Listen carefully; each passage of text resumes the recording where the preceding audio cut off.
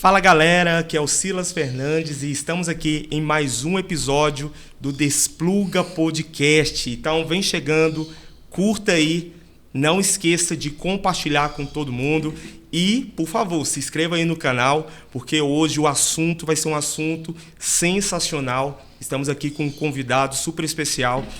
Falar a respeito de políticas públicas, né? Segurança pública, educação.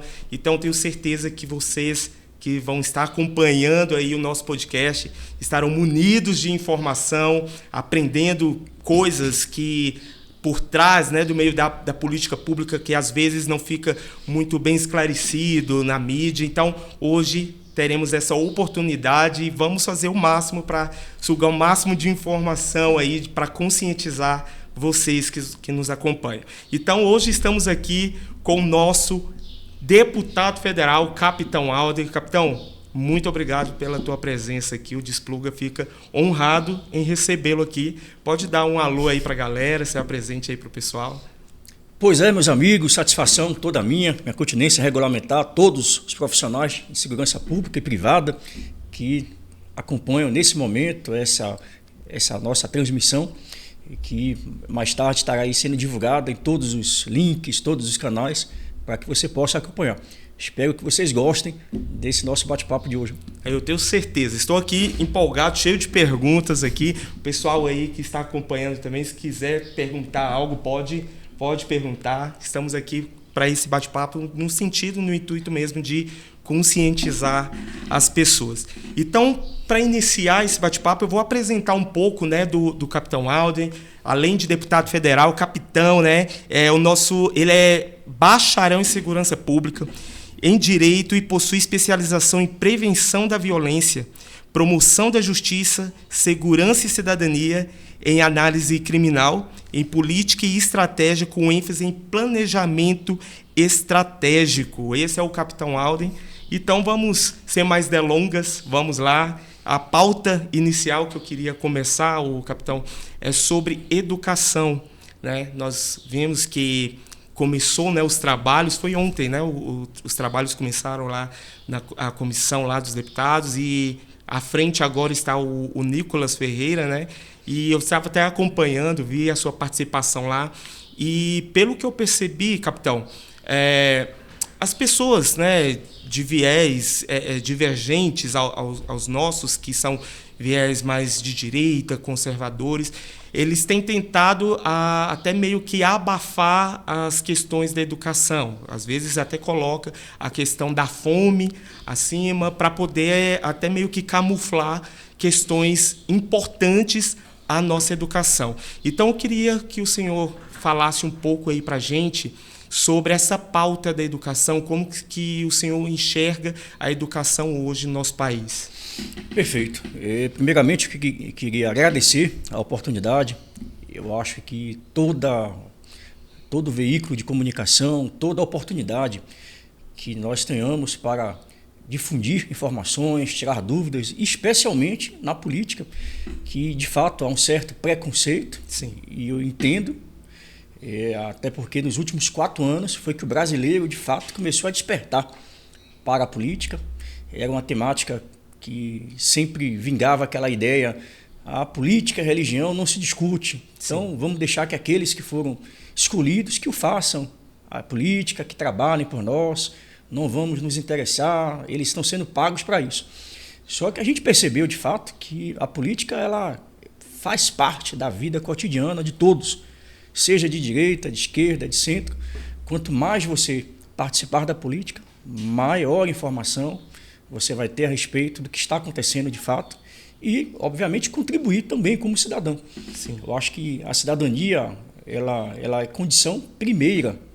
Se você não gosta de política, tudo bem, faz parte. Mas saiba que aqueles que gostam de política irão governar as suas vidas, irão decidir pelo seu futuro, pelo seu presente, pelo seu futuro. E isso pode ter impactos muito fortes. Então, a gente precisa estar acompanhando, ainda que eventualmente, ainda que não com radicalismos, ainda que não defendendo até a morte, mas minimamente acompanhar, minimamente ter as informações para que a gente possa escolher aquelas pessoas certas, ou pelo menos as menos erradas, para que a gente possa realmente fazer uma política que atenda a todos. E, primeiramente, eu queria fazer esse registro e já me reportando a questão da Comissão de Educação. Ontem nós iniciamos os trabalhos da Comissão de Educação. Também foi iniciado ontem outras comissões temáticas, a exemplo da Comissão de Segurança Pública e Combate ao Crime Organizado, que eu também sou membro titular desta comissão. Na verdade, antes de ontem, começou a Comissão de Segurança Pública e ontem foi a Comissão de Educação e de Direitos Humanos, que já teve um quebra-pau ontem, né? Sim. Na Comissão de Educação, em específico, realmente a gente percebe que a estratégia da esquerda é tentar sensibilizar a opinião pública com temas como fome, miséria, acesso à educação, comida, falta banheiros nas creches, falta banheiro ali ou acolá. De fato, eu não estou dizendo que são temas menos importantes. Não vou fechar os olhos e dizer que, de fato, não exista escolas em extrema precariedade no seu funcionamento. Existe, acontece. Mas, e você vê que a todo momento eles falavam, vamos parar de discutir questões ideológicas, Sim. Não vamos deixar que as questões ideológicas atrapalhem a questão da fome, a questão da criança, da melhoria do ensino, tudo isso, digo e repito, são importantes. Mas eu pouco conhecia a respeito de comunismo, socialismo. Aliás, se eu for analisar a minha trajetória na política, eu sempre tive ideias conservadoras, mas não conhecia o que era direita, o que era esquerda. Eu sempre vim de uma família tradicional, a família cristã, professores, pais, professores. Sim. Então sempre fui muito bem orientado, muito bem conduzido dentro desse ambiente evangélico, desse ambiente daquilo que é correto, daquilo que é, aquilo voltado para o bem comum da sociedade. Então a gente está cada dia aprendendo realmente o que é ser de direita, o que é ser conservador, o que é direita, o que é esquerda, o que é o comunismo. E eu tomei um choque, confesso, porque eu imaginei quanto eu fui enganado. Ao longo da minha vida, eu aprendi coisas completamente equivocadas. Sim. Sobre a história brasileira, sobre a Contra-Revolução de 64, Sim. Sobre a queda do Muro de Berlim em 91, sobre, de fato, o que era e quem era Che Guevara, Karl Marx, Lenin, Stalin e outras tantas figuras que são endeusadas, são criadas ideias completamente falaciosas a respeito desses indivíduos que causaram muito mal na humanidade. Não é à toa que foram mais de 100 milhões de mortos no Sim. mundo inteiro associados a essa forma de pensar do comunismo e socialismo. E eu acho que a gente vai ter a oportunidade de, mais à frente, detalhar quais caminhos nós temos para tentar minimizar os efeitos dessa agenda global que visa destruir a família, destruir valores, princípios, fragmentar o Estado, tirar o poder de polícia. Então, tudo isso faz parte de uma agenda global. Então, quando eu falo em comissão de educação, eu penso que tem sim temas importantes, mas a gente não pode distanciar de outros temas que parecem ser teoria da conspiração, mas tem tudo a ver com o projeto. E basta você analisar o que tem sido feito desde o início desse desgoverno, o que é que tem ocorrido no cenário mundial, você vai ver que as peças se encaixam. Há uma lógica, por mais insana que pareça. Aliás, eu vou lembrar aqui a você, durante a pré-campanha, no ano passado, todos nós alertamos, olha, caso o descondenado volte, vai acontecer isso, as agendas serão essas e essas, aborto, isso. E todo mundo nos chamava de loucos. Sim. Que nada, maluquice, comunismo já acabou lá, 91, com a queda do Muro de Berlim, não tem negócio de foice, não existe isso não, aqueles barbudos, ficou lá para trás. Só que a gente tem visto a cada dia, a cada momento, esse cenário se tornando realidade.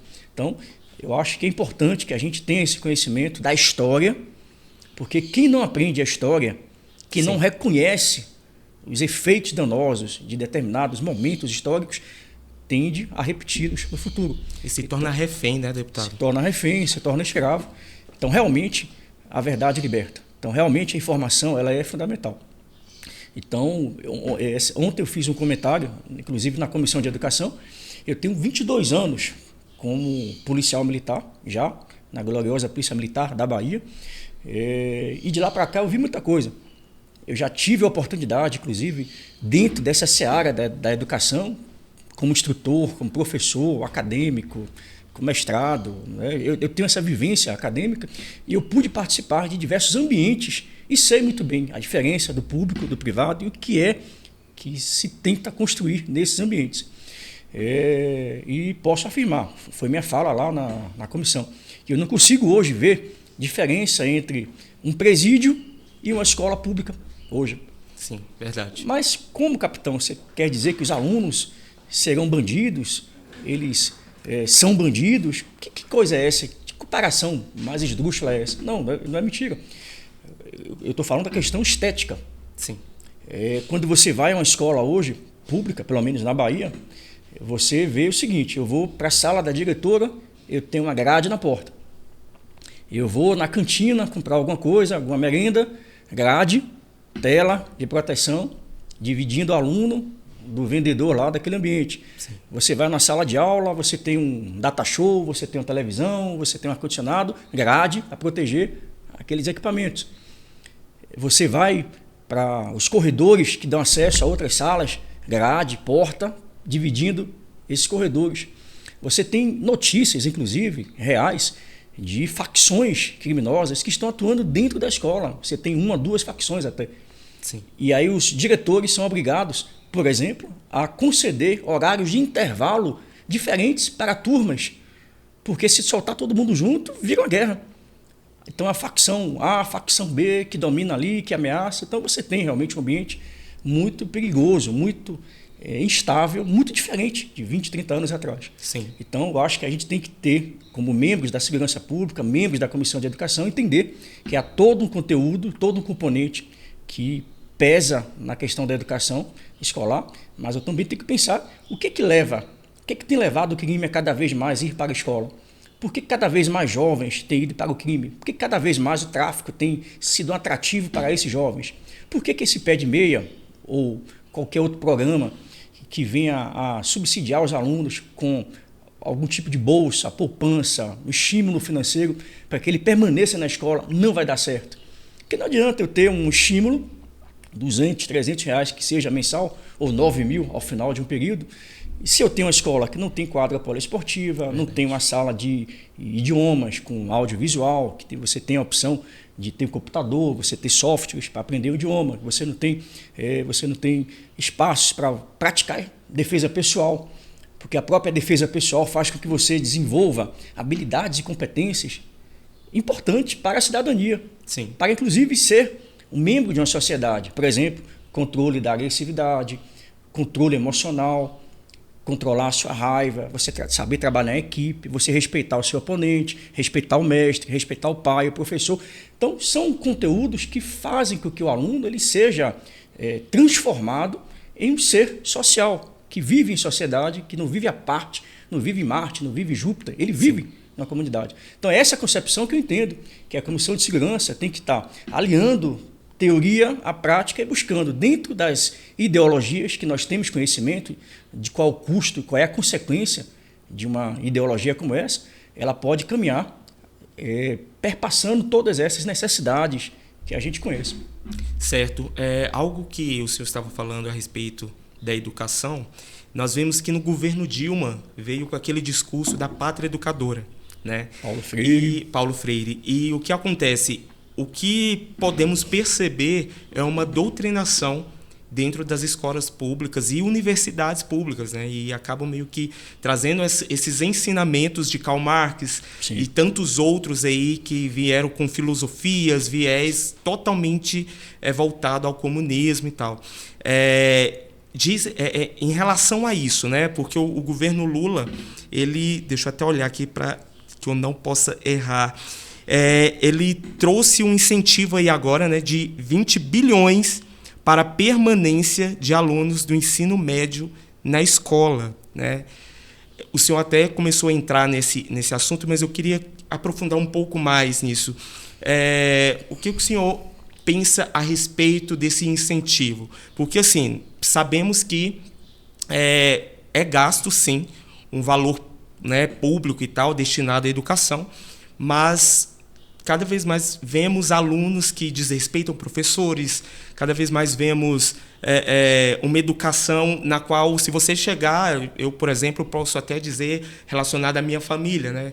Eu sou de uma cidadezinha do interior do Goiás, aqui próximo, e assim, os meus primos que estudam lá no colégio público lá, se você chegar e perguntar para ele, por exemplo, sobre o Muro de Berlim, ele não sabe responder, entende? Então, o que o senhor pensa a respeito disso, desse valor, né, 20 bilhões, e uma educação parece que está meio estagnado? Realmente eu não sei como é que esse desgoverno vai tirar recurso para pagar isso. Porque hoje eu estou vendo aí um país chegando aí a quase 400 bilhões em déficit público. E eu só vejo programas, bolsa isso, bolsa aquilo, estímulo aquilo, e eu não vejo de onde é que vai se tirar esse recurso. Aliás, eu estou vendo todos os dias aumentando imposto, todos os dias criando uma nova taxa, todos os dias taxando mais ricos. Então, todos os dias você vê o Estado, né, muito grande, e esse é um perfil dos partidos de esquerda, o Estado grande, inchado, cheio de militantes, trabalhando a todo momento e a todo vapor para cumprir a agenda ideológica. Sim. E eles não perdem tempo. Eles realmente trabalham muito forte, muito pesado, para ampliar esses espaços de poder. Coisa que a direita não fez, não faz. E aí depois eu faço um parêntese com relação a isso. Mas como é que eu vejo essa questão dos 20 bilhões que serão destinados para este programa em específico? Sim. Eu digo e repito. Na minha concepção, está muito claro que é uma forma de compra de votos. Sim. Poucos têm a coragem de falar isso, mas para mim está muito claro que na véspera, no ano eleitoral, na campanha municipal, vereadores e prefeitos, quando a popularidade do descondenado cai diariamente, ele não tem conseguido fazer as entregas, as promessas que ele fez durante a campanha. Tudo aquilo que nós falamos lá atrás, que ele faria quando chegasse, quando retornasse ao poder, está paulatinamente acontecendo, de maneira muito rápida. Eu confesso a você que eu sabia que ele ia implantar uma agenda de desarmamento civil, eu sabia que ele ia implantar uma agenda de destruição e perseguição dos opositores políticos, eu sabia, tinha conhecimento de que ele poderia realmente ampliar os tentáculos do comunismo, não somente no Brasil, mas na América Latina, inclusive avançando isso para o mundo.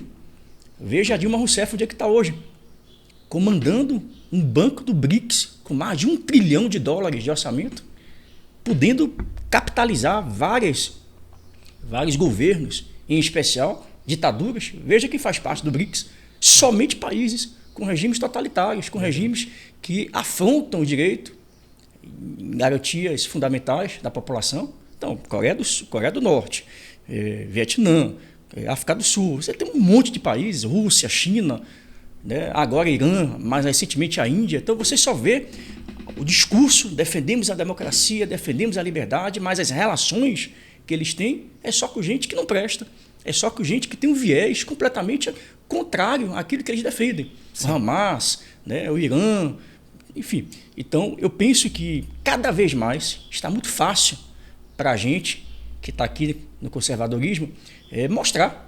Está vendo o que eu falei? Está vendo o que eu avisei?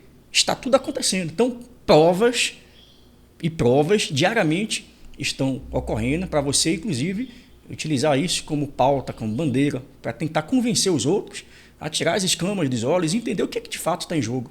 O que é que significa esse projeto de poder. Então, quando você fala em doutrinação ideológica, eu tive uma experiência fantástica, e foi ímpar, na comissão parlamentar de inquérito, que visou apurar as ações do MST. Sim. E lá eu tive muito claramente a atuação desse mecanismo, desse projeto de doutrinação ideológica. Por exemplo, você via há pouco tempo que o MST apenas representava um segmento da sociedade marginalizada, ou seja, que vive à margem do Estado, sem casa, sem renda, completamente desprovido de recursos e apoio do Estado. E camponeses, muito simples, aquele discurso bem raso, sem muita propriedade e apenas apelando, eu quero uma terra, eu quero espaço para viver com minha família, sempre aquele discurso. De lá para cá, percebeu-se que o MST se tornou um grande movimento. Sim. E ele não está mais sozinho. O que foi que eu percebi durante o tempo da CPI do MST? Que nós vimos em loco, em São Paulo, na própria Bahia, que é o estado com o maior número de invasões de terra no Brasil. O que foi que eu vi de perto? O que foi que eu aprendi com essa experiência? Quando fomos a São Paulo, nós encontramos um verdadeiro centro de doutrinação ideológica. Um galpão onde você tinha uma espécie de praticamente uma igreja, era um altar, aqueles banquinhos mesmo de igreja, bem aquelas igrejas antigas, um galpão enorme, banquinhos para um lado e para o outro, parecendo uma igreja. E como se fosse um altar, a foto de Lenin, de Karl Marx, Che Guevara no canto, Stalin, Maduro, o cubano Fidel Castro. Você via fotos em banners enormes, reverenciando esses tais líderes do tal socialismo. Sim. E o que foi que eu percebi também? Que dentro desses movimentos, olha que interessante, outros movimentos passaram a compor o movimento MST. Hoje não é mais só o MST, camponeses, eu tenho um movimento feminista dentro do MST. Movimento negro dentro do MST. LGBTQIA+, LGBTQB, a sigla aí, dentro dos movimentos. E aí você vê a bandeira do arco-íris representando a LGBTfobia dentro do movimento LGBT, dentro. Aí, olha que incoerência. Você tem a foto de Che Guevara. Os caras negros, mulheres, homossexuais, com a foto de Che Guevara e exaltando uma liderança que representaria as minorias, mas foi o mesmo cara que fuzilou homossexuais, que fuzilou negros, que matou mulheres, que matou crianças. E registros históricos mostram fotos e vídeos dele executando ele pessoalmente. Sim. Mais de 700 pessoas atribuídas a ele, especificamente assassinatos cometidos por ele. Então, olha que coisa incoerente. Travestis, lésbicas, trans e uma série de outros nomes que estão criando dentro do movimento. Mas eles não falam o que era o Che Guevara, esse lado mal. Sim. Apenas fantasiam, criam uma ideia de que ele era um revolucionário, que ele era um homem rico que largou tudo para poder servir aos pobres. E aí você vê imagens de Che Guevara quase aproximada de um Jesus Cristo. Até o desenho, a imagem, quando pintam o Che Guevara, é quase um Jesus Cristo, cabelo longo, aquela imagem assim angelical. Sim. Então você vê realmente uma deturpação desse movimento. E aí, o que foi que eu percebi mais?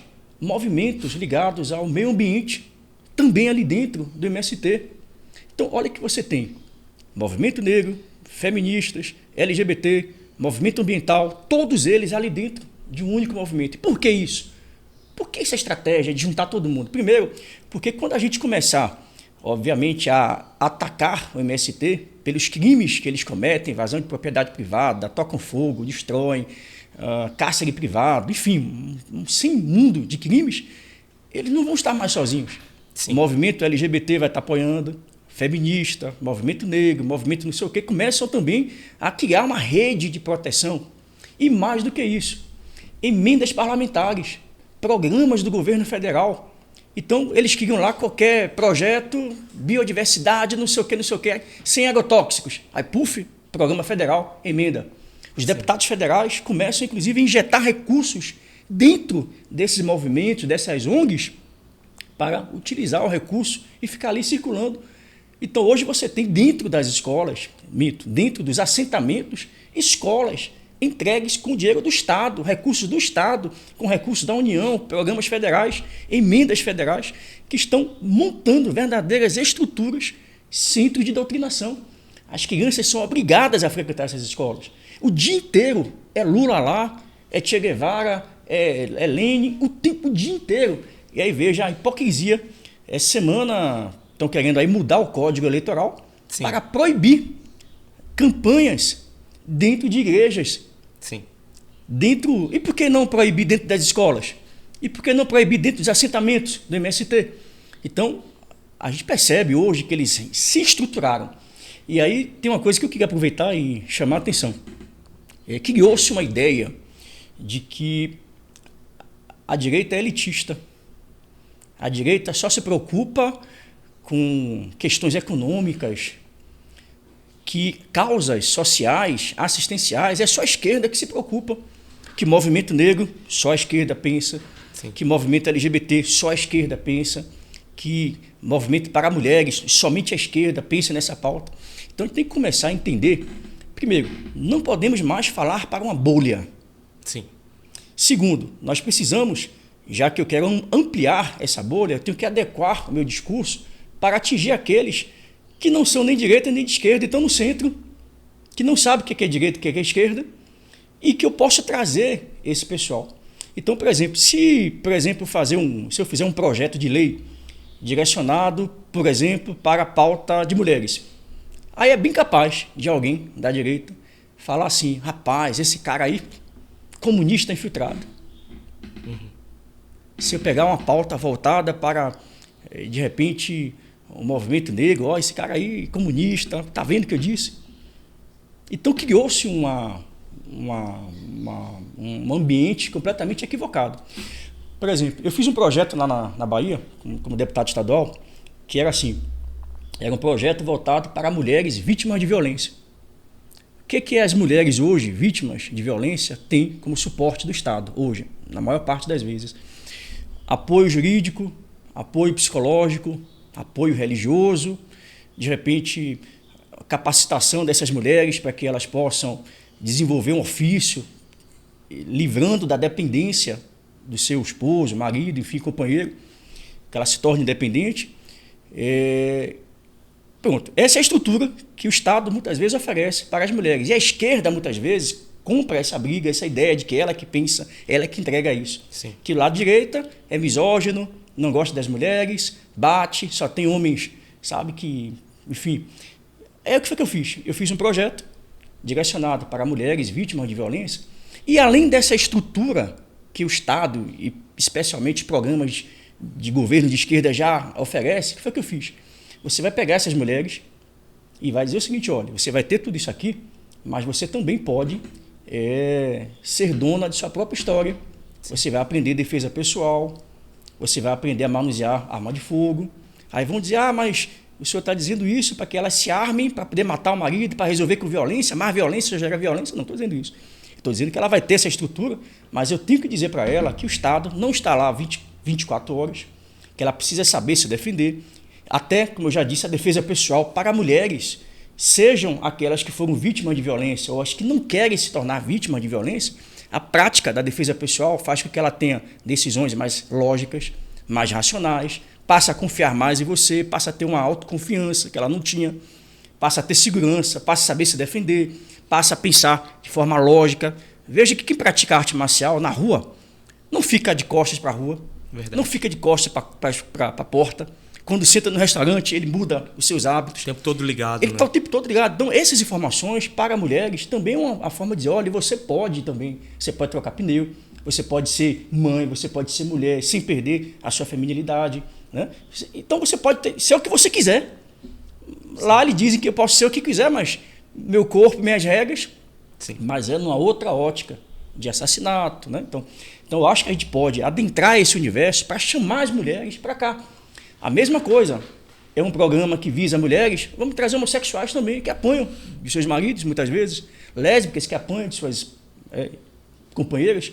Então, quando você faz um discurso e traz esse pessoal para cá e diz que pode ser livre, que ele pode se defender, direito à propriedade privada, você vai curtindo informações que nos interessam. Então, a gente tem que ir, né, para a periferia, sabe, pensar também em fazer programas para o bairro. O fato de eu ser conservador de direita não quer dizer que eu não vá pensar problemas locais. Sim, verdade. Eu tenho que pensar, né, melhoria de escolas, melhoria de segurança local. Então, eu acho que a gente precisa repensar essa narrativa, porque realmente tendem sempre a dizer é extremista, é radical, é golpista. Então, eu acho que é com ações, com práticas e com mudança de pensamento que a gente vai começar a chamar esse outro lado para o nosso meio aqui. Sim, o que eu percebo bastante é que, de fato, a direita acaba sendo estereotipada nesse sentido, né? Por exemplo, na campanha para presidente, né, na última que teve, eu acredito que devido à globalização também, a tecnologia, as informações, todo mundo virou doutor, né, nas redes sociais, deu voz para muita gente e até aí tudo bem. Né? É livre a questão de você acabar discordando de algo. Por quê? Opinião é política. Né? Agora, a questão é que estereotipar uma pessoa, um conservador, alguém de direita, de fascista, de homofóbico e tantos outros adjetivos que trouxeram, meio que as pessoas que não têm o entendimento claro do que é direita e do que é o que a esquerda, né, prega, que de fato nós vemos ao decorrer da história, e também os próprios filósofos, né, o Karl Marx, por exemplo, o Manifesto Comunista. Eu sou muito curioso, sabe, capitão? Então, assim, eu fui ler ali o Manifesto Comunista e, meu Deus, se as pessoas buscassem a verdade, até lendo mesmo cartilhas, materiais deles, vão ver que são ideologias que mais traz retrocesso do que algo que traz um progresso nacional, no sentido de ter essas informações, porque a verdade, por si só, faz com que a mentira caia por terra. Né? Mas o que eu vejo também? Foi uma falha muito grande, nossa, eu digo nossa como todo. Olavo de Carvalho disse em 2016 uma frase, quem quiser buscar nos buscadores, sua preferência, ele alertou em 2016, dizendo o seguinte: olha, vocês que se titulam bolsonaristas, que vão votar nesse Bolsonaro, cuidado, vocês acham que a gente vai mudar tudo da noite para o dia? Vocês acham que apenas pegando a cereja do bolo, que é a presidência, a gente vai simplesmente trocar tudo, mudar tudo? Não. Porque nos últimos 40 anos a esquerda ela se preparou para isso. O Partido Comunista do Brasil, somente no Brasil, tem 101 anos de história. E há 101 anos eles fazem política. Há 101 anos eles se preparam. Olha, eles falam muitas vezes a resistência, e são resistentes. Sim. Olha quantas vezes o Lula tentou a presidência. Olha quantas vezes a esquerda vai para a rua. Aí a gente dá risada, dá aquela muquequinha, 10, 20, mas estão lá todo dia. É verdade. A direita, se tiver 10, 20, ninguém vai pra rua. Vão passar vergonha, não vale a pena. Sim. Mas eles não, eles têm ali, ó. Constância, né? Constância, sabe? E uma coisa interessante também. Então, quando o Olavo disse que eles, nos últimos 40 anos, estão já fazendo isso, eles ocuparam sindicatos, associações, igrejas, instituições, especialmente aquelas que deveriam garantir a lei, né? Ministério Público, TJ, STJ, STF, enfim. A própria esquerda, inclusive, com esse discurso de social, foi para as comunidades e criou estímulos a preparatórios de vestibular, preparatórios de concurso, Sim. já doutrinando ali dentro para quando chegasse nas faculdades, sendo promotor, sendo advogado, sendo juiz, já está a militância formada. Sim. Então, há toda uma preparação e a direita não faz isso. E eu penso que nós pecamos e erramos quando nós não investimos em novos quadros para a direita. Eu sempre tenho dito que a direita ela tem que ir menos para as redes sociais, utilizar menos o WhatsApp e sentar a bunda na cadeira para estudar. Verdade. Para produzir conhecimento. Verdade. Eu vou lhe dizer uma coisa aqui. Quem reparou os últimos decretos de Bolsonaro relacionado à questão das armas, especialmente para os CACs, percebeu que os vários ministros, dentre elas a Rosa Weber, ela quando pegou os decretos, ela foi derrubando um a um. E quem verificar lá as razões, a justificativa do porquê ela considerou inconstitucional, ilegal, tal dispositivo, ela sempre citava de acordo com a obra tal. Foi Bené Barbosa que ela citou? Não. Ela pegava um livro escrito por alguém que o Instituto Sou da Paz financiou. Se você pegar o Instituto Sou da Paz, entre no site aí, Instituto Sou da Paz. Bote lá, Instituto Sou da Paz, patrocinadores ou financiadores.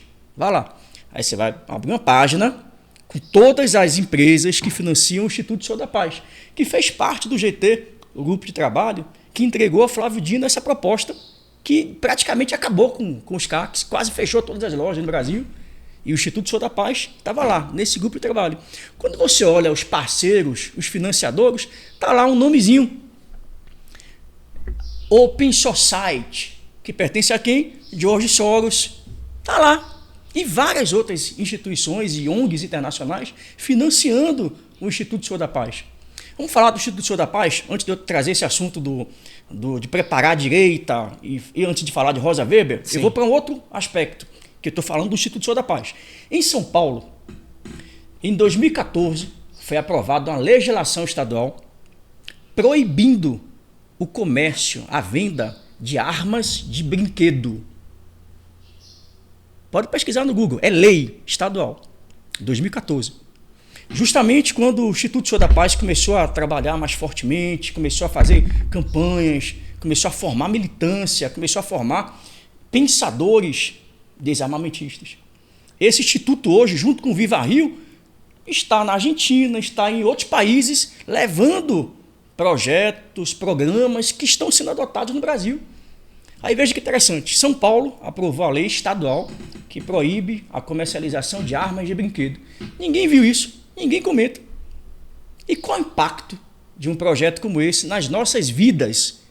Aí eu vou dizer. Os donos de lojas em São Paulo entraram com recurso junto ao Tribunal de Justiça contra essa lei estadual, porque iria quebrar as lojas, iria retirar de circulação armas de brinquedo, pistolas. O que isso tem a ver com violência? E aí entrou com recurso, foi para o TJ de São Paulo, foi STF. 2022, Gilmar Mendes deu a seguinte decisão, que a lei estadual em São Paulo, aprovada em 2014, proibindo a comercialização, venda de armas de brinquedo, não fere o princípio da autonomia, porque alegaram no processo que a legislação estadual que foi criada, ela feria de morte uma legislação federal, que quem tinha que disciplinar, discutir, tratar da matéria era o Congresso Nacional, através das duas casas. Mas Gilmar Mendes disse, não, isso aqui não está tratando de arma de fogo, que é a lei 10.826, Sim. Estatuto do Desarmamento, mas eu estou tratando aqui do ECA, Estatuto da Criança e do Adolescente. Esta legislação está cumprindo o que o ECA está estabelecendo, que você tem que proteger as crianças de quaisquer meios, de quaisquer instrumentos que possa gerar violência, que possa estimular a violência. Então essa lei, ela visa a impedir que crianças, desde cedo, tenham acesso a equipamentos, instrumentos que possam potencializar a sua violência no futuro. Então, quando você fala em comunismo, você não tem que falar em Stalin, Lenin, o decálogo de Lenin, o manifesto comunista, está tudo relacionado. Sim. Só que ninguém percebe, ninguém faz essa associação. E por que o interesse da esquerda em editar normas constitucionais, infraconstitucionais, que atinjam a finalidade de desarmar a população? Eles têm meios diversos. Sim. E aí o que é que eles fazem? Por que retirar a arma de brinquedo das crianças? Aí você vê a lógica. Eu sempre, desde pequeno, 5, 6 anos, sempre brinquei com arma. Sempre.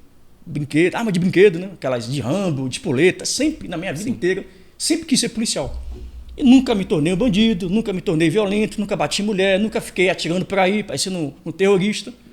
Mas a ideia, a concepção que a esquerda traz ao criar legislações que proíbem comercialização de armas de brinquedo, o acesso de crianças a instrumentos como espadas, facas e armas, é para quê? Eles querem simplesmente dizer o seguinte: quando a criança é pequena, 5, 6 anos, está começando a formar a sua concepção de vida, o seu entendimento, a sua visão de mundo. Então, quando ele é pequeno e está com uma espada de brinquedo, uma pistola, um revólver, uma faca, ele está ali exercendo, ainda que brincando, o seu direito à legítima defesa. Ele começa a criar no seu inconsciente a ideia de eu tenho que proteger meu irmãozinho pequeno, eu tenho que proteger a minha irmãzinha, eu tenho que proteger a minha mãe, a minha casa, o meu bairro, a minha cidade, o meu estado, o meu país, o mundo. Eu começo a ter uma concepção do papel do homem inclusive, de proteger a mulher, proteger a casa, proteger o patrimônio. Então, isso começa ali, pequeno. Sim. Isso tem a ver com socialismo e comunismo. Todos os países que, historicamente, foram dominados, que se tornaram a ditadura, começou aqui, retirando as armas da população, retirando a sua capacidade de enfrentar, de resistir, de combater o inimigo. Verdade. Então, isso tudo começa pequeno. Aí, olhe como eles são muito espertos. Voltando ainda para o Instituto Senhor da Paz, São Paulo, 2014, aprovou a lei. Mas antes dessa lei ser aprovada, olha como eles vão começando, através da educação, da escola, Bem sutil, a né? inserir conteúdos de esquerda. Esse mesmo Instituto Senhor da Paz, depois digita aí no Google, criou o Dia Internacional do Desarmamento Infantil. A campanha de desarmamento infantil. 15 de abril, vai ser agora, em abril. 15 de abril, Dia Internacional do Desarmamento Infantil. Aí você tem lá governos estaduais e municipais, no mês de abril, em especial, dia 15 de abril, fazendo campanhas. Pistola de brinquedo, o X. Aí bota lá, arma nem de brincadeira. Criança não pode brincar de violência, tem que... A cultura da paz. Aí começa. Aí, em São Paulo, o Instituto Senhor da Paz criou um seguinte movimento, com a campanha do desarmamento infantil.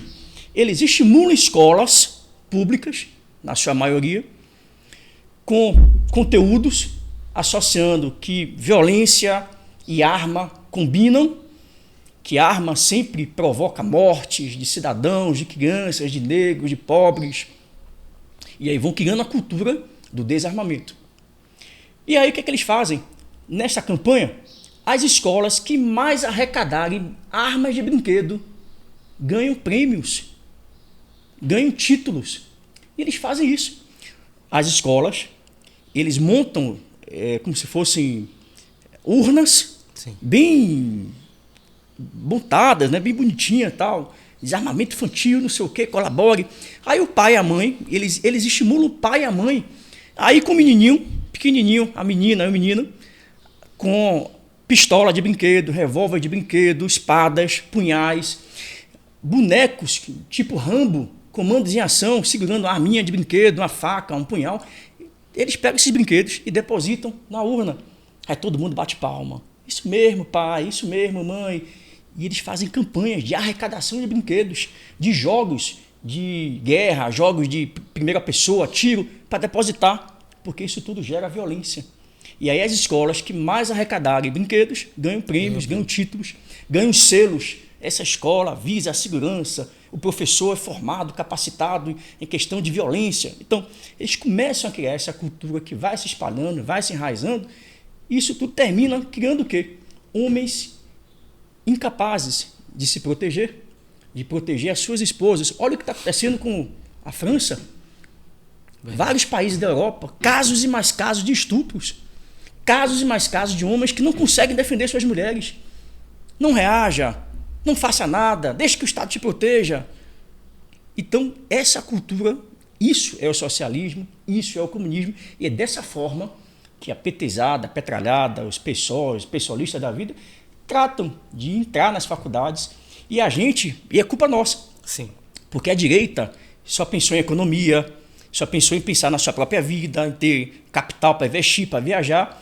E a esquerda, com esse discurso de social, começou a ir para a escola, começou a distribuir cesta básica, começou a pegar o movimento negro, movimento LGBT, movimento feminista, e começou a pegar os excluídos e trazer para a sua massa de militância. Então a direita precisa reverter esse processo, redirecionar o discurso, trazer essa galera para cá e dizer, olha, isso aqui é verdade, isso aqui é mentira, esse é o objetivo. Então, assim, a questão da educação ela é importantíssima. A guerra cultural ela existe, ela realmente está presente, e é por isso que eu sou chato na Comissão de Segurança. Toda vez que eu tenho oportunidade, eu trago um relato, arma de brinquedo. Lá na Bahia aprovou um projeto, ano passado, a deputada do PCdoB, óbvio, Olívia Santana, aprovou um projeto de lei estadual proibindo pistolas d'água durante o carnaval. Por quê? Pegaram um episódio de uma menina, um grupo de mulheres, que foram admoestadas durante o carnaval. Um grupo de homens com pistola de brinquedo, de água, ficou lançando água Aí eu sei que gerou uma confusão e a mídia bateu e tal, mas não bateu no indivíduo que se utilizou de um instrumento para demonstrar, para praticar uma violência, né, uma ofensa àquela mulher. Eles preferem não punir o fulião ou não punir o bloco carnavalesco na qual esse fulião estava, não quer punir os seguranças que estavam no bloco, que permitiram que isso acontecesse com aquela menina. Não, vamos proibir a arma de brinquedo. Mas tudo isso faz parte de uma narrativa. Sim. Então hoje está proibido no carnaval. E vai ser igual à pandemia. Vamos proibir que você entre com 2 pessoas. Vamos só limitar que você compre isso e isso. Você só vai poder entrar tal dia. E ninguém reclamava. Então, libera, proíbe no carnaval, depois vai estendendo essa proibição e quando você vai ver, já está tudo proibido. Então, esse despertar, fazendo essas correlações do que é o comunismo, como ele, sabe, se engendra, como é que ele se perpetua na sociedade, é que tem que ser feito. Então, por isso que eu digo, você tem que qualificar o seu discurso, você tem que trazer exemplos. Essa narrativa é só Lênin, Marx. Eu fui assistir uma palestra numa cidade chamada Jequié, e o tema foi comunismo.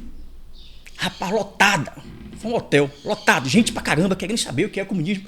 Só que o professor que foi fazer a palestra, sabe aquele professor com termos técnicos difíceis, e falando sobre decálogo, mas não fazia correlações. Olha o que está acontecendo, olha Cuba, olha não sei o quê, olha... Então ficou muito mostrando aquelas fotos antigas, barbudo. E aí, o discurso. Então você tem que, sabe, inovar, trazer realmente para o contexto e com o perfil do público que eu estou lidando, trazendo sempre comparativos, ideias comparativas, para que você não caia nesse canto da sereia. Mas esse aqui é um exemplo muito objetivo e que explica como o comunismo está avançando aqui no Brasil. Não, e assim, a gente percebe que eles fazem isso de uma forma muito orquestrada, né? Muito orquestrada. A sutileza, né? Até mesmo no discurso, né? Eu estava acompanhando ontem, inclusive foi no seu perfil do Instagram, né? Sobre a questão de que a Gleice Hoffmann, né? Ela apresentou o projeto para acabar com os CACs e clubes de tiro no Brasil. Né, os CACs, assim, desde quando o governo, né, do Lula veio, eles estão nessa iminência, né, de a qualquer momento encontrarem, né, os CACs sendo fechados e tal.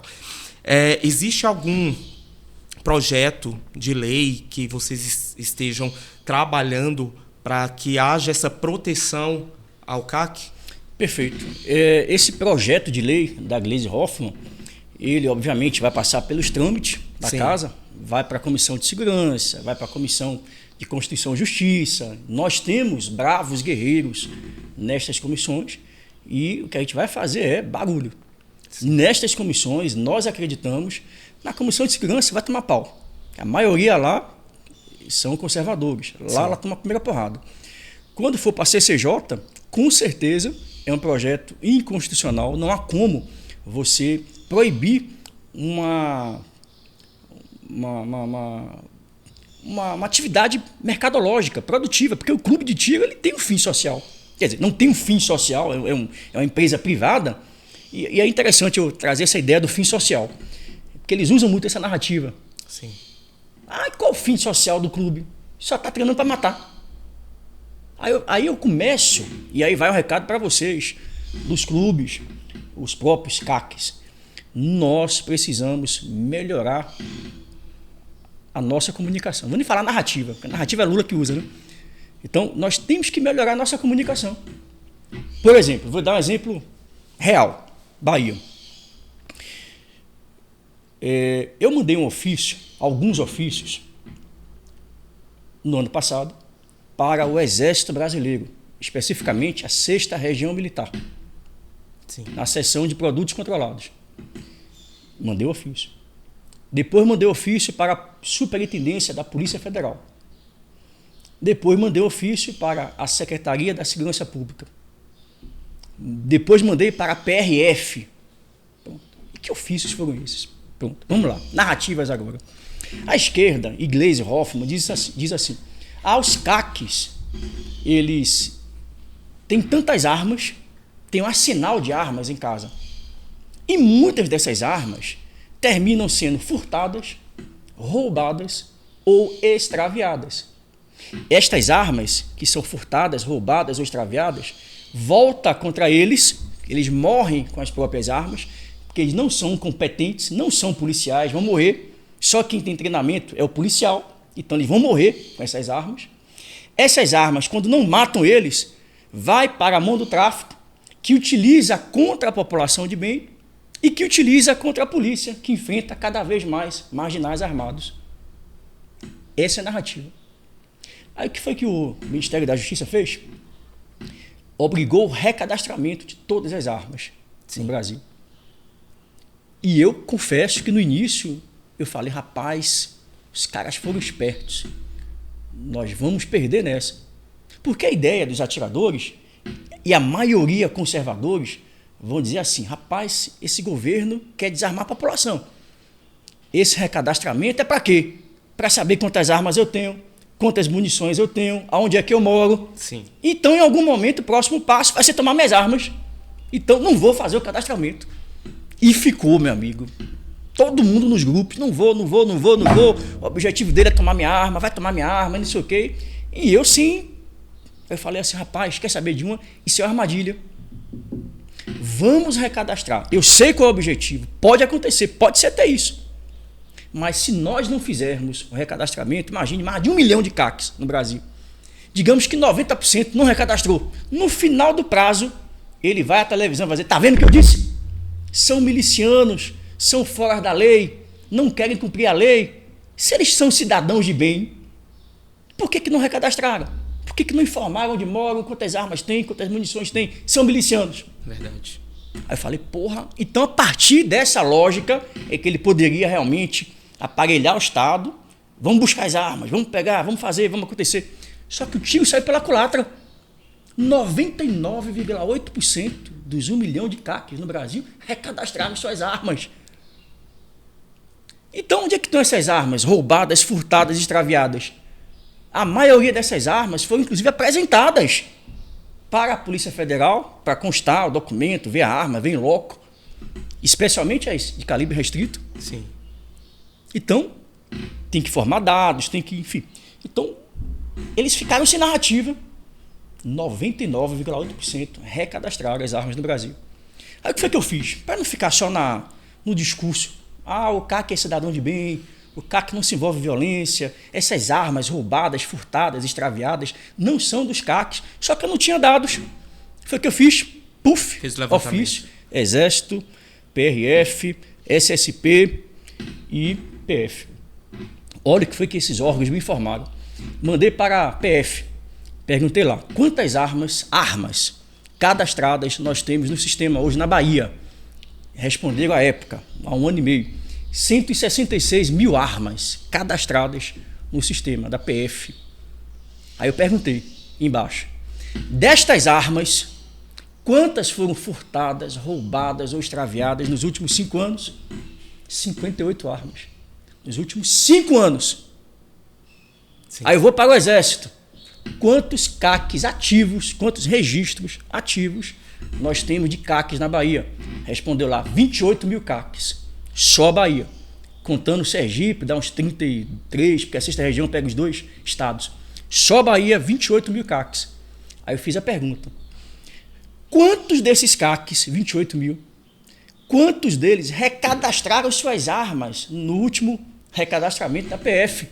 99,5% recadastraram suas armas. Portanto, essas armas estão nas mãos dos CACs. Sim. Não estão na mão do tráfico.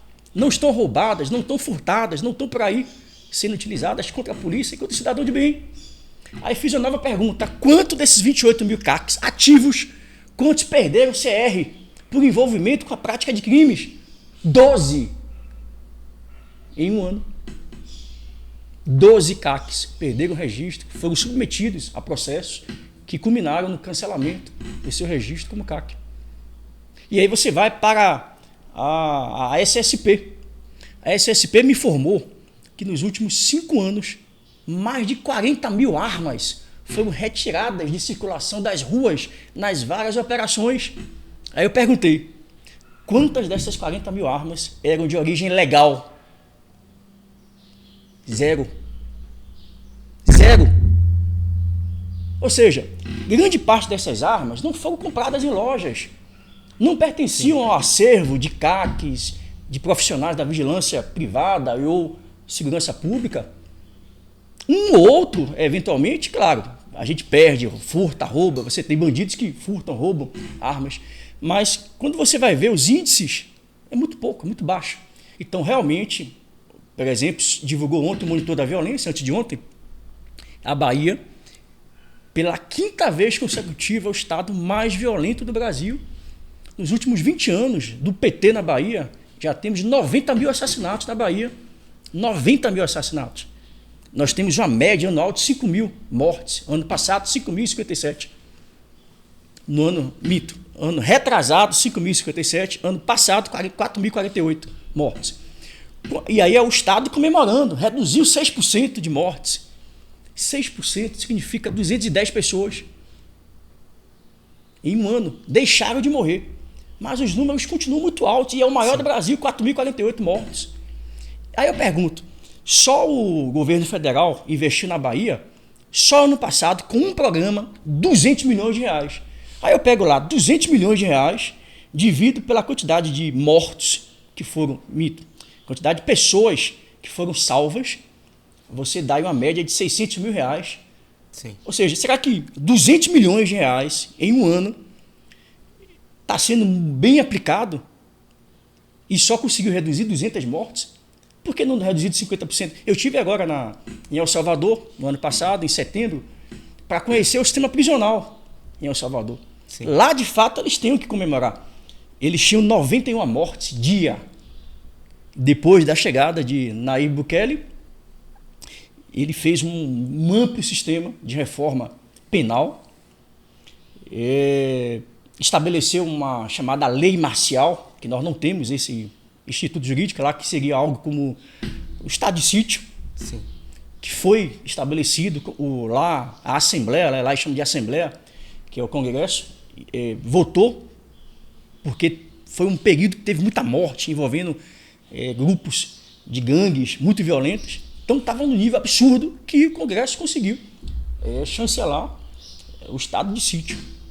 E resultado, mudou-se a legislação penal, todos os membros de facções criminosas lá são consideradas terroristas. Então o enquadramento de quem pertence à facção criminosa é como terrorista. Sim. Ele vai para uma unidade prisional específica.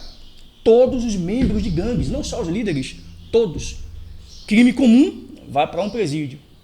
E membros de facções, ou gangues, como eles chamam lá, vai para o Secote, que é um presídio federal com mais de 40 mil vagas para presos. Estivemos no presídio e é um negócio assim absurdo. Monitoramento 24 horas, todas as celas. Cada cela, um policial à frente da cela, 24 horas por dia, em escala de serviço, em rodízio. Eles ficam todos mascarados, ninguém sabe quem é o policial, e ele vendo tudo, além das câmeras, cerca eletrificada em cima. Não tem visita íntima, não tem saída temporária. Lá existe a progressão de pena, só que ela é associada a trabalho e não tem desconto. Aqui, no Nardoni, diminuiu 1000 dias da sua prisão, porque leu um livro e fez alguns trabalhos ao longo de um ano. Né? Lindenberg, né? Lindenberg e outros tantos. Então lá não tem. Lá existe a progressão de regime, sim, só que ele é obrigado a passar por uma série de programas que são estabelecidos pelo Estado. Tem que trabalhar na rua. Eu vi vários presos na rua trabalhando, capinando. Dentro do quartel da polícia, presos trabalhando, limpando a unidade. Sim. Então é uma concepção diferente. Não funciona celular em nenhum presídio. Num raio de 10 quilômetros do presídio, quem mora no entorno não pega celular. Tem que se comunicar de outra forma. Então, ou seja, o Estado realmente, a gente percebeu que quando ele tem vontade, quando ele tem realmente interesse em resolver, se resolve. Não é o caso do Brasil. Então, assim, é um complexo. O Brasil é muito grande. Eu acho que a gente precisa realmente, como eu disse, qualificar os dados, trazer informações. Então, Gleisi Hoffmann e outros tantos deitam e rolam em cima da direita, porque a gente não produz conhecimento científico. Sim. Eu preciso ter esses dados, até para informar você que é CAC. Olha, na Bahia, o dado estatístico é esse. Se alguém falar besteira na televisão ou vier para cima de mim, não, o dado é esse, e você refuta, você rebate. Você prova para A mais B que toda a lógica de guerra não é contra a gente. Porque toda a lógica desse governo para combater o crime foi em cima dos CACs e das pessoas de bem. Você não vê um programa, eu ficaria muito feliz, confesso, se todos os dias pipocasse na TV, Operação Polícia Federal, não sei o quê, Polícia Civil, prendeu o traficante. Porra, isso seria maravilhoso. Mas não, é só contra a direita, os conservadores, né? O pessoal CAC, cadê o outro lado? Então eu fiz um desafio lá no meu último discurso, no plenário. Eu recebo aqui diariamente no celular fotos de gente sem cabeça, sem dedo, sem parte da mão, do pé, corta a orelha. Você tortura presos por facções rivais, cidadãos que são sequestrados e têm parte do corpo cortado. São filmes de terror. E isso acontece diariamente. E aí eu pergunto, o que você acha que vai acontecer se um ministro, se um juiz partir para cima do tráfico? Vão contra eles, vão contra a família deles. Vão matar, vão sequestrar, vão torturar, vão esquartejar, vão mandar foto para a família, como eles fazem com os mortais, com a polícia. Então, será que não tem coragem de enfrentar o tráfico, os verdadeiros criminosos? Quer enfrentar quem tem residência fixa, emprego fixo, que sabe onde é que está as armas, que sabe que não vai peitar o Estado, que não vai estar dando tiro por aí porque somos cidadãos de bem, temos algo a perder. Mas o traficante e o criminoso, por que não parte contra eles? Então é essa lógica que é realmente desproporcional, não é razoável, e o objetivo é claro, intimidar, perseguir aqueles que falam a verdade. Certo. E conhecereis a verdade vos libertará, né? Então, sim, fica até para você que é CAC, né? Tem vários amigos CACs aí, buscar informação, né?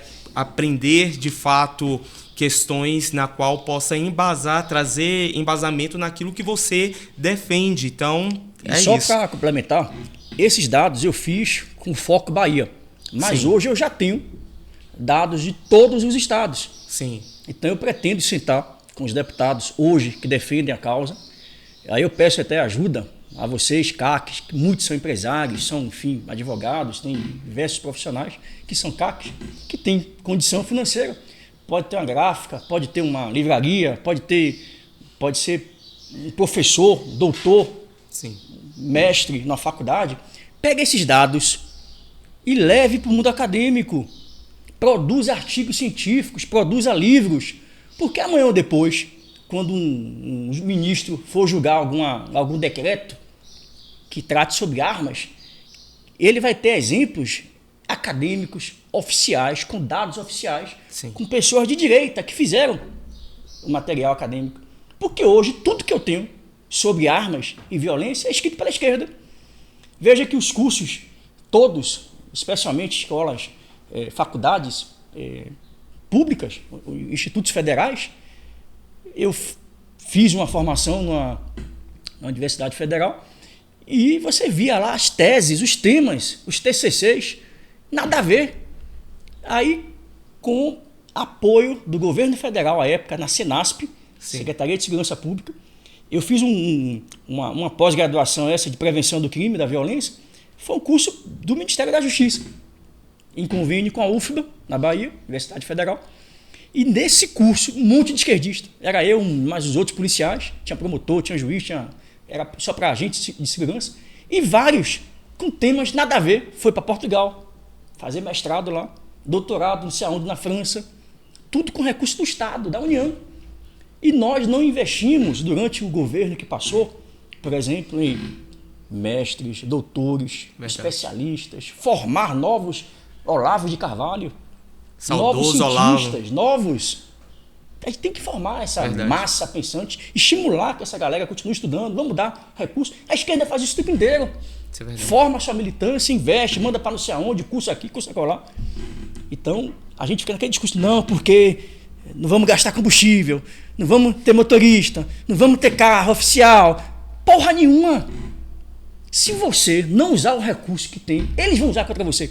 Isso é verdade. Eu canso de rodar a Bahia e os caras do PSOL, PCdoB, a Bahia é enorme, 417 municípios, eu canso de rodar a Bahia inteira ao dó. Os comunistas, divulgando ações do mandato, divulgando projetos, programas do governo estadual, aniversário da cidade, tudo com recurso público do mandato. Aí eu não, porque não pode. Aí você tem que gastar em revista, pegar esses dados estatísticos, toma aqui material, clube de tiro, fazer ao dó, olha, somos defensores do CAC é cidadão de bem. Você tem que gastar em informação. Eu tive 96 mil votos na Bahia, 417 municípios. O pessoal reclama comigo. Pô, capitão, o senhor não está fazendo nada pela polícia, o senhor esqueceu a polícia. Todo dia eu bato, todo dia eu falo, mas não chega a informação. Eu tenho que ter grupo de zap, eu tenho que ter disparador em massa, eu tenho que pagar jornal local, eu tenho que ir para a rádio local. Tudo isso é custo. Eu vou pagar como? E às vezes esses mesmos miseráveis que reclamam que a gente não está fazendo nada, Sim. o que é que faz? Eu vejo muito nos grupos, e aí uma crítica para você, eu estou falando em realidade Bahia, mas com certeza nos outros estados é a mesma coisa. Eu vejo lá na Bahia muito material nos grupos de Nicolas, falas de Nicolas, de Abia Kicis, Carla Zambelli. Eu vejo alguns nomes nacionais. Sim. Que, cara, são foda, são todo mundo muito bons. Um abraço para todos eles que eu citei aqui. Tem história, respeito à história, ao trabalho deles. Mas assim, nós também temos nosso trabalho. Sim. Por que também não divulgar? Por que não compartilhar? Por que não ajudar? Porque quanto mais você divulga o nosso trabalho a nível local, menos eu preciso gastar com recurso para estar divulgando ações de mandato. Verdade. Então, assim, a gente tem trabalho, a gente não caiu de paraquedas, tem demonstrado isso ao longo do processo. Então, ajude a sua prata da casa, os combatentes, os guerreiros do seu estado, também divulgando suas ações, porque senão fica difícil a gente se manter. Né? A gente vive uma guerra grande, eu estou lutando com um revólver 38, os caras com fuzil 762, com muito mais recurso. Aí você pega o PT, aí tem Denox, Codevasf, órgãos federais, só Denox, por exemplo, caixa d'água, poço artesiano, aqueles negócio de peixe, alevinho, casa de farinha, você tem estradas vicinais, tudo isso o Denox tem recurso. E eu não tenho acesso a nada disso.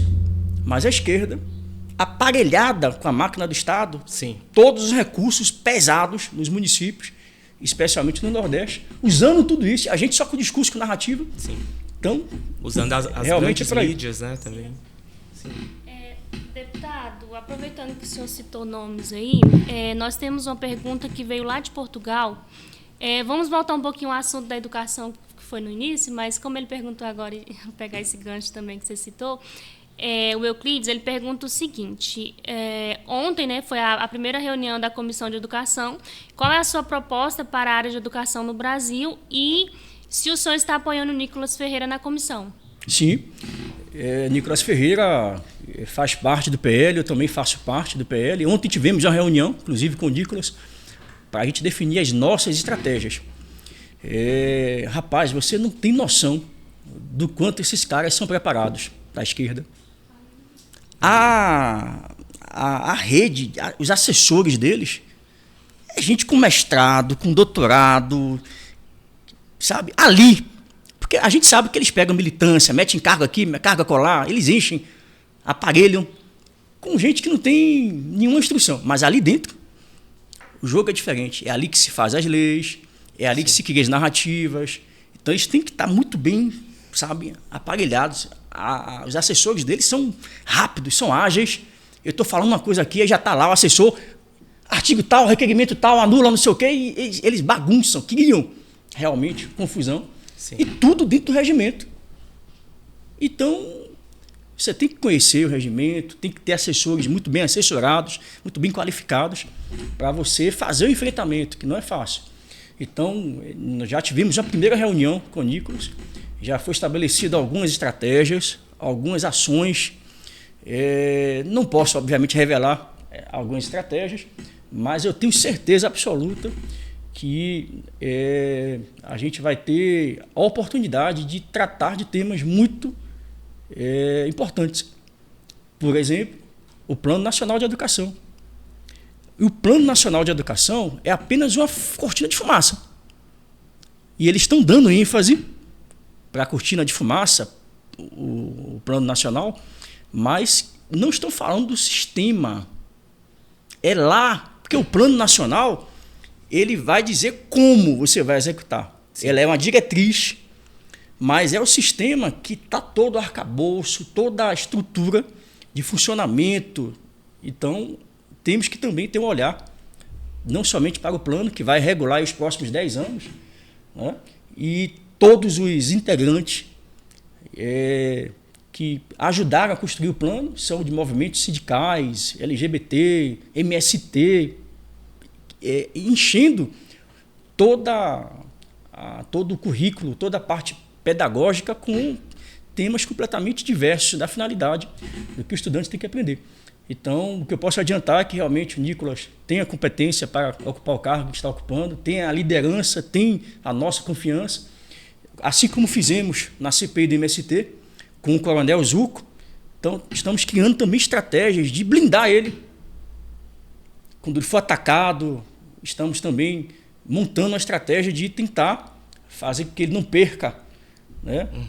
Porque vão tentar tirar do sério, vão tentar criar dificuldades. Já tentaram, né? Então a gente tem que estar muito bem antenado, saber quais são as estratégias para a gente tentar avançar nas pautas. Mas a gente vai ter oportunidade de fazer muitas audiências públicas tratando sobre temas que nós achamos importantes para esclarecer, levar a verdade e realmente pautar aquilo que é importante para a gente. Verdade. Ontem já tentaram fazer isso, né, com o Nicolas, mas ele conduziu de uma forma exemplar. E tentaram até estereotipá-lo, né, a questão de não é maduro o suficiente para estar presidindo uma comissão de educação, né? Então, vão fazer de tudo para poder tirá-lo mesmo ali do foco, do objetivo. Deputado, tem uma pergunta aqui de um CAC, e eu vou trazer aqui agora. Gostaria de saber se o posicionamento do senhor referente à pauta armamentista é somente voltada a profissionais da segurança pública ou se tem também posicionamento favorável ao público civil dentro das prerrogativas habilitadas por lei, como o uso para defesa residencial, pessoal via porte de arma de cidadão e CACs. Perfeito. Eu acho importante a gente responder essa pergunta, porque muitos acham que porque eu sou capitão da Polícia Militar, eu só vou ter o foco para os agentes de segurança pública. Lei de engano. Eu defendo, de fato, a legítima defesa para todos os cidadãos que tenham condições de assim o portar, seguindo todos os ditames já previstos em lei, todos os pré-requisitos que já previstos, que não são fáceis. Então, não existe isso. Tanto que eu estou fazendo parte da Frente Parlamentar em Defesa da Vigilância Privada, cuidando, inclusive, do Estatuto da Vigilância Privada, inclusive dando a oportunidade para que esses profissionais da vigilância privada possam, inclusive, portar armas de fogo condizente com a carga e o perigo. Porque, imagine, eu posso conduzir 100 mil reais, 1 milhão de reais ou 10 milhões de reais, a estrutura que eu vejo na rua é a mesma, é um revólver 38, é uma arma calibre 12, uma meia dúzia de profissionais. Então, no próprio estatuto, estamos definindo critérios, por exemplo, acima de X valor, tantos veículos, tantos profissionais, tal armamento, que faça frente, inclusive, ao poderio do criminoso. Então, a gente tem sim que defender a questão do porte de armas para todo aquele que realmente tenha condições. Eu falei aqui mais cedo, na Bahia, quando eu estava como deputado estadual, nós fizemos um projeto chamado Primeira Experiência de Tiro. Quem quiser buscar no YouTube, certamente, na minha página, vai ver. Foi um projeto que eu implementei durante os 3 anos, praticamente, 3, 4 anos, do meu mandato como deputado estadual. O que era essa primeira experiência de tiro? Era uma tentativa de você incutir, não só na cabeça do CAC, mas do proprietário do clube de tiro, a importância dele também ter o fim social, dele também participar da guerra cultural. O que eu percebi nas minhas andanças nos clubes de tiro? Que eram clubes, alguns deles clube do Bolinha, que eram empresários, pessoas de posse, que criavam ali um clube estavam muito satisfeitos com 100, 200 sócios, que eram mais amigos, era praticamente uma maçonaria, era só indicado, do indicado, amigo, e estavam satisfeitos, lucrando ali o suficiente para manter o esporte. E disputavam, e faziam torneios, era um grupo de amigos. Então vi realmente muitos clubes nesse perfil, e não se envolviam com nada do aspecto guerra cultural. E hoje estamos enfrentando tudo que estamos enfrentando, porque muitos deles não entenderam a guerra cultural que enfrentamos. O que foi que eu fiz? Eu instituí em alguns clubes, através do nosso mandato, a primeira experiência de tiro. O que era isso? Nós íamos para o clube, no final de semana, no interior ou na capital, ofertávamos para aquele dono do clube, naquele espaço, a possibilidade de levar palestrantes, eu era um deles, e mais uns 2, e falávamos sobre países que desarmaram a população. Qual era o objetivo do desarmamento da população? Falávamos sobre números, estatísticas, envolvendo CACs, quantos CACs foram presos, quantas armas eram efetivamente usadas no crime e eram de origem legal ou não. Então esse raio-x que eu trouxe sobre a Bahia mostrava para eles. Mostrava que a questão da violência ela realmente estava associada à arma de fogo, mas não às armas legais, às armas ilegais que vinham das fronteiras, né, que nós temos mais de 17 mil quilômetros de fronteiras, todas abertas, sem as Forças Armadas, sem um plano estratégico de segurança, enfim. Então, e além disso, ao final dessa aula teórica, íamos para efetivar disparos de arma de fogo. Sim. E eram cidadãos comuns que nunca entraram no clube de tiro. Eu fazia sorteio na internet, ou então abria a inscrição, o pessoal se inscrevia. Eram 50, 60, 80 pessoas dos mais diversos ambientes profissionais, de direita, de esquerda, curiosos, que entravam na sala de aula e tinham oportunidade de despertar, entender o que estava acontecendo, o que está acontecendo nessa guerra ideológica. Por quê? Muitos ali saíam, ao final de um dia, dispostos a se tornar caques, Sim. convertidos para a direita, ou, no mínimo, mais pensativos. Olha, eu ouvi tal informação, deixa eu checar. Você conseguia virar a chave em muitos deles. Ou seja, você criava ali um grupo de apoiadores e defensores da prática do tiro desportivo, defensores. Porque tem gente hoje que passa na frente de um clube de tiro que nunca entrou. Sim. Que passa, já vai correndo. Só tem maluco, só tem miliciano. Deus me livre passar aqui na frente. E aí fica usando essa narrativa. Não pode construir clube próximo a escolas, tantos metros, tantos não sei o quê. Então, se a gente deixar que eles alimentem essa narrativa, sem fazer com que os outros entendam o que é o clube, quais são os pré-requisitos que a gente tem que cumprir para poder ter uma arma de fogo, poder estar ali participando como atirador, quais são os critérios, pré-requisitos. Porque na cabeça das pessoas, Bolsonaro distribuiu armas. Onde foi que distribuiu? Porque se eu soubesse onde é que tinha, eu estava na fila para pegar a arma. Mas a narrativa é essa, tirou o dinheiro da educação, tirou o dinheiro da saúde para dar arma para a população. Quando fomos nós que compramos com pesados impostos e tudo mais. Então, eu penso que a gente precisa pegar os clubes de tiro, pegar esses dados que nós temos sobre violência no Brasil, sobre armas legais, ocorrências envolvendo ou não CACs, e pegar esses clubes e tirar a mão do bolso. Pega uma zorra de uma empresa de propaganda, de mídia. Quanto é? 100 mil? Toma aqui.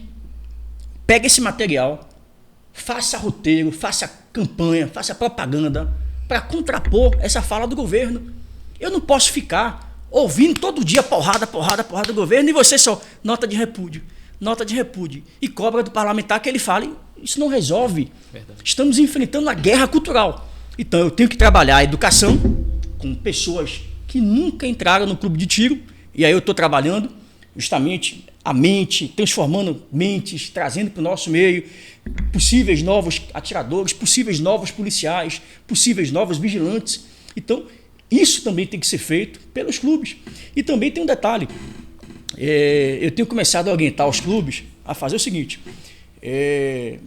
O governo, muitas vezes, tem a possibilidade de captação de emendas federais. Sim. Foi o que eu disse do MST. Movimento feminista, movimento negro, LGBT, eles criam todas aquelas agendas e criam um bocado de ONG para captar recurso federal, captar recurso de emenda. E isso tudo eles fortalecem os seus vários programas e suas agendas ideológicas. Os clubes de tiro, as escolas de formação também podem. Por exemplo, por que você não pode pegar um clube e oferecer um curso gratuito para mulheres vítimas de violência? Verdade. Você pode pegar um clube e oferecer um treinamento para homossexuais que foram vítimas de violência ou que não querem se tornar vítima de violência. Você pode pegar um segmento de idosos, por exemplo, ou adultos, e dar orientações de como não se tornar uma vítima no trânsito, como dirigir o veículo, como não ser sequestrado, como você chegar em casa, orientações.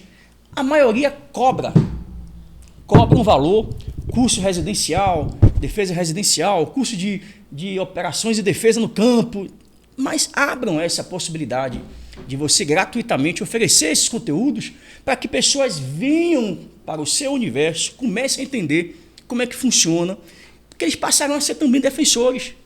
E vocês também poderão, inclusive, obter certificações, ter acesso a recursos e programas federais para auxiliar mulheres vítimas de violência, auxiliar idosos, auxiliar crianças. Então você pode também ter o chamado fim social e ampliar com torneios, competições, fazer mais campanhas de doação de cestas básicas, doação de sangue.